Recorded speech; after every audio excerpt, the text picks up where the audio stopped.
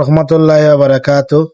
আপনাদের মাঝে আজকে এসেছি আমি সমাজ সেবা অধিদপ্তরের সংসদ নিয়োগ বিজ্ঞপ্তি আবেদনের প্রক্রিয়া ও নিয়মাবলী নিয়ে আপনাদেরকে আমি পরামর্শ দিব, আবেদন নিয়ম কানুন জানাবো।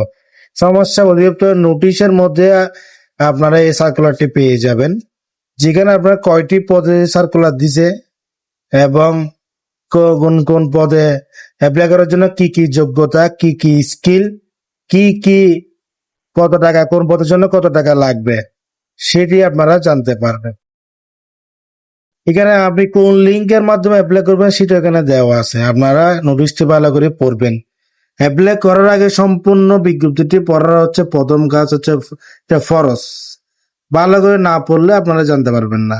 নোটিশ অনুযায়ী আপনার DSS teletalk.com, এটাতে আপনারা DSS.teletalk.com চার্জ মারে আপনারা এরকম একটা আসবে, অ্যাপ্লিকেশন ফর্মে যাবেন। অ্যাপ্লিকেশন ফর্মে আপনারা নোটিশটি আবার দেখাচ্ছে আপনাদেরকে কোন কোন পদের জন্য কি কি যোগ্যতা, কয়টি, কোন পদে কয়জন নিবে, কোন স্কিল লাগবে, কোন পদের জন্য কতটুকু যোগ্যতা লাগবে, কোন পদের জন্য কত টাকা জমা দিতে হবে, সব বিস্তারিত আপনারা ভালো করে পড়ে দেখবেন। আপনি একটা জিনিস খেয়াল রাখবেন যে পদে বেশি পদ দেখাচ্ছে, বেশি সংখ্যক মানুষ নেবে, ওই পদে অ্যাপ্লাই করার জন্য চেষ্টা করতে। কারণ হচ্ছে আপনি 2-3টি পদ এগুলোর জন্য অ্যাপ্লাই করে ঢাকায় গিয়ে পরীক্ষা দেওয়া, যারা ঢাকায় বসবাস করতেছেন তাদের জন্য এটা ঠিক আছে, কিন্তু যারা ঢাকার বাইরে বসবাস করতেছেন, দূর দূরান্ত থেকে এসে এত একটি পদের জন্য অ্যাপ্লাই করে এত জার্নি করার কোনো দরকার নাই। আপনি সবসময় চিন্তা রাখবেন যে বেশি পদে যেখানে নিবে বেশি সংখ্যক লোক ওইখানে অ্যাপ্লাই করবেন। দ্বিতীয় কথা হচ্ছে যে স্কিল ওয়াইজ এই জিনিসগুলো আপনারা অ্যাপ্লাই করার জন্য চেষ্টা করবেন। ইলেকট্রিশিয়ান, কম্পিউটার অপারেটর, প্লাম্বার, তারপরে নার্সিং, যেগুলো মানে স্কিল ওয়ার্ক, ওগুলোর জন্য আপনারা সবসময় ট্রাই করবেন ওগুলো অ্যাপ্লাই করার জন্য। কারণ হচ্ছে যে আপনি যদি একটু ভালো করে পড়ালেখা করেন, এখানে তৃতীয়ত হচ্ছে নিয়োগ সহায়ক একটি গাইড নেবেন, ওইটা নিয়ে আপনারা সামান্য কিছু পড়ালেখা করলেই ওইখানে কয়েকটি বিগত সালের 40-50টা প্রশ্ন আপনারা অ্যানালাইজ করলে আপনারা কিন্তু পরীক্ষা পাস করে যাবেন। রাইটিং পরীক্ষার পর যারা প্র্যাকটিক্যাল পরীক্ষা দিবে স্কিল ওয়াইজ ক্ষেত্রে, তারাই কিন্তু আপনারা তারা কিন্তু টিকবে, এটা কিন্তু মনে রাখবেন। তাই যারা স্কিল ওয়াইজ আছে ওইগুলোর জন্য আপনারা চেষ্টা করবেন। যারা মানে চাকরি বাকরি করতেছেন, যারা বিভিন্ন পেশায় অলরেডি ব্যস্ত আছেন, তাদের জন্য একথাটি বলতেছি। কারণ একটা আপনার হাতের কাজ জানা থাকলে আপনি যে কোনো জায়গায় আপনি ভ্যালু পাবেন। আর আপনি প্র্যাকটিক্যালের উপর এটা পেস, আপনি প্র্যাকটিক্যালে ভালো করবেন, আপনি টিকে যাবেন। এই শর্টকাট প্রসেস, কিন্তু ওগুলো হচ্ছে আপনার অনেক পড়তে হবে, অনেক অধ্যবসায় করতে হবে। তারপর কথা হচ্ছে যে আপনাদের অনেক উপর মেহনত করতে হবে। ভাইবা, রাইটিং সব একউট হয়ে যাবে, কিন্তু স্কিল ওয়াইজ এর ক্ষেত্রে যেমন বাবুর্চি, অ্যাটেন্ডেন্ট, তারপরে আপনার কম্পিউটার অপারেটর, এগুলা সব আপনারা, এগুলো ফটোকপি অপারেটর, এইগুলো আপনারা অ্যাপ্লাই করার চেষ্টা করবেন। এগুলো কাজগুলো ভালো করে আয়ত্ত করে কোন এক্সপিরিয়েন্স নিয়ে আপনারা যাবেন, দেখবেন যে ইনশাল্লাহ আপনারা সব বলবেন। আমি বর্তমানে যার জন্য অ্যাপ্লাই করছি, সেই অবশ্যই অ্যাপ্লাই করবে। বিষয় ক্লিক করে নেক্সট যাবেন, এখানে নো দিবেন। নো ইয়েস দিলে কি আমি পরে একটা ভিডিওতে জানাবো।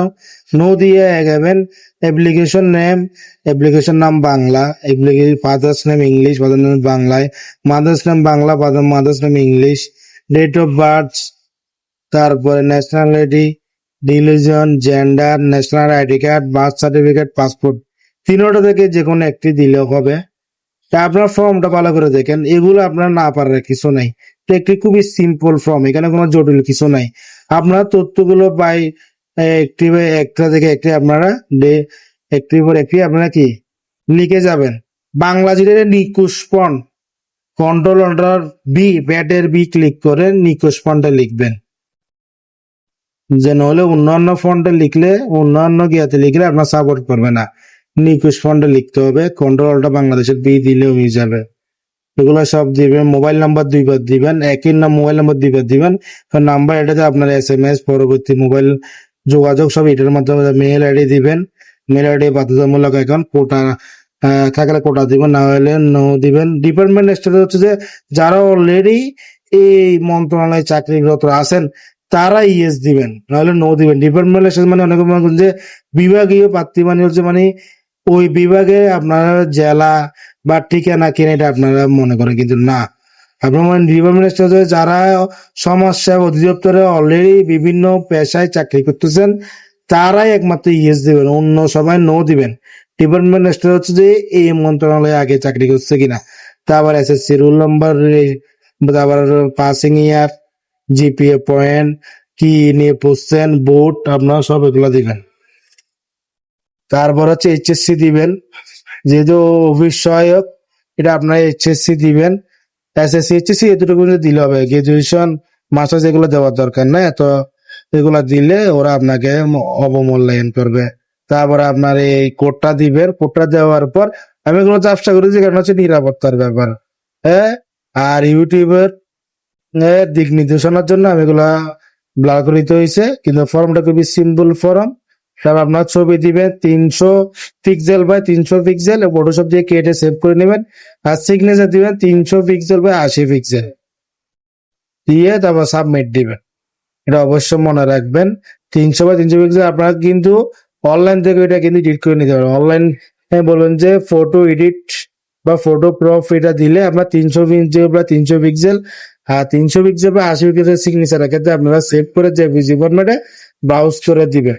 তারপরে সাবমিট দেওয়ার পরে আপনারা আবার পুনরায় এটা একটা প্রিভিউ দেখবেন, ভালো করে আবার সবগুলো ভালো করে পড়ে দেখবেন। পড়ে দেখার পরে একদম সাবমিট দিয়ে দিবেন। সাবমিট দেওয়ার পরে একটা ফর্ম শো করবে, ফর্ম শো করবে, নিচে গিয়ে দেখবেন একটা আইডি দেখবেন, ওইখানে কিভাবে টাকা পেমেন্ট করবেন টেলিটক সিম এর মাধ্যমে। টেলিটক সিমে গিয়ে আপনার যে একটা ইউজার আইডি দিবে, ইউজার আইডি আপনারা টেলিটক সিমে 16222 এই নাম্বারে DSS স্পেস ওই ইউজার আইডি দিয়ে 16222 নাম্বারে পাঠাই দিবেন। পরে ফিরতি একটা নাম্বার দিবে, একটা আপনাকে পিন নাম্বার পাঠাবে। তারপর DSS স্পেস স্পেস পিন নাম্বারটা দিয়ে 164 নাম্বার দিলে আপনাদের ফিরতি নাম্বারে আপনারা ওকে জানাবে। এইভাবে আপনারা কাজটি করবে। লাইক, সাবস্ক্রাইব, শেয়ার করে দিবেন, না বুঝলে কমেন্ট করবেন।